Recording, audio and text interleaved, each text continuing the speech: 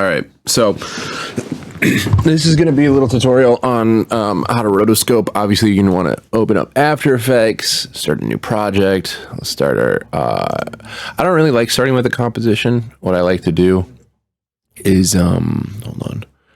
I like to get my files ready and then just drag them right into here.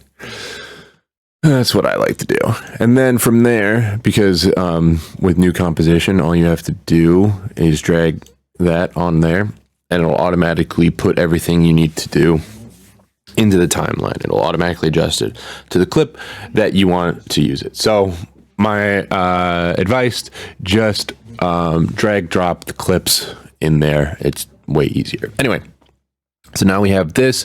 You're going to want to rename it. You can click it, press enter, and then I'm going to just name this timeline. I like to keep my stuff organized. So we have this right here, and then what is that? 176, 175. So we're going to put this one on top, because this one is going to be our top layer, and these are your layers right here. Obviously, you got this one underneath, you got this one right here. There's two different ways that you can do this, right? So the first way is to make a mask, and you can do this a couple different ways. You can get the square tool, go over here and go like this. These only really work if you press Z or V, you'll go back to your regular old pointer. So after you're done working with stuff up here, make sure you press V so that way you can do this. This is one way of doing it, where if you're able to line it up just directly, you can, and then you have the mask in there. Your mask is down here. Basically, this is just showing everything in this little area is going to be added to the scene. And now you can do it the other way, where you can subtract it if you want. So play with that a little bit, see how you like it. But that's one way to do it. That's a very simple way. If you're able to do it, probably not going to be able to do it this way. However, this is probably what you want to do. You want to go up to here, right here, with the little guy and the brush. It'll say Roto Brush Tool. Click on that. We're going to click on this one right here, and it'll bring you into a different layer. Okay, so from this layer, you'll have a little crosshair right here, and you just draw a little sketch of what you want to rotoscope. And now you'll see there's a little purple line on the outside of your body here. We just do a little bit of correcting there. You can press Alt, and that brings up the red. Green is add, red is subtract. Alt, click. All right, and now what we want to do is we want to press the space bar to play it and go forward. And then you want... So you want to make this go all the way through. It's going to make some really crazy noises at you. But basically what you're doing in this area, so this is basically drawing out your rotoscope, right? So it's going frame by frame, and it's placing this outline together. So what we want is to make sure while you're watching this is that nothing goes super crazy. And so far this is going pretty well. We're going to keep watching it. And it's still on the outline. There's nothing crazy going on here. We see a little bit right in here. I'm scrolling in, and then pressing, holding the space bar. That brings up your hand tool that you can drag, and then back to it, pressing back to V. You can see a little bit of stuff in here.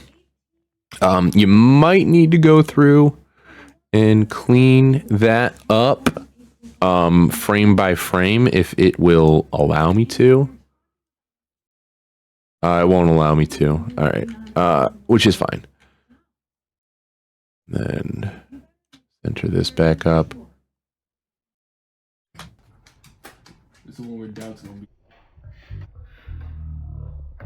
Yeah, that's the only thing right there that I could think of. But for the most part, it's pretty chill. It looks pretty good, right? Okay. So you're on the layer tab right now. We want to go back to the composition tab. And as you can see, it has already cut everything out for me. If we want to look at just the layer itself, it's cut everything out for me. It's done everything for me. Look towards the door for me. And that's all you need to do. And that's it. That's it, buddy. Obviously, you're going to want to make sure that the timeline matches up. So you can go like this, or you can come over here. Shift will lock things into place. So like if you press and hold shift, drag your timeline right there, you'll be able to get that. The blue one is your like in and out markers. Your blue ones are in and out. Set your in and out right here. So there. So this one turned out really easy, really simple. You might, hopefully everything will turn out just like this. And you won't have to worry too much about all of that. Let me just place that in place. So that way we have all of that. And then, you know, you go to export, add to render queue, render settings.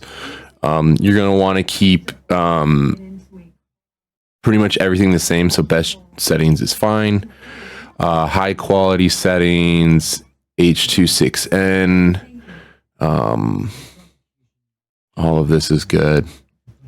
But just, this is you want to make sure that you're on an H.265, because I think you're, dealing everything in MP4s. So that's the only thing that you have to really worry about. Click OK. Set your output. Tutorial. And render that bad boy. And it'll go through. The roto brush will take some time. It is a little bit of a GPU suck. I'm working on a computer with a graphics 2060 graphics card. I want to say like a TI6 something. I don't know if you understand any of those things. But basically I have just like a step above a laptop. So my rendering process and your rendering process will probably be different.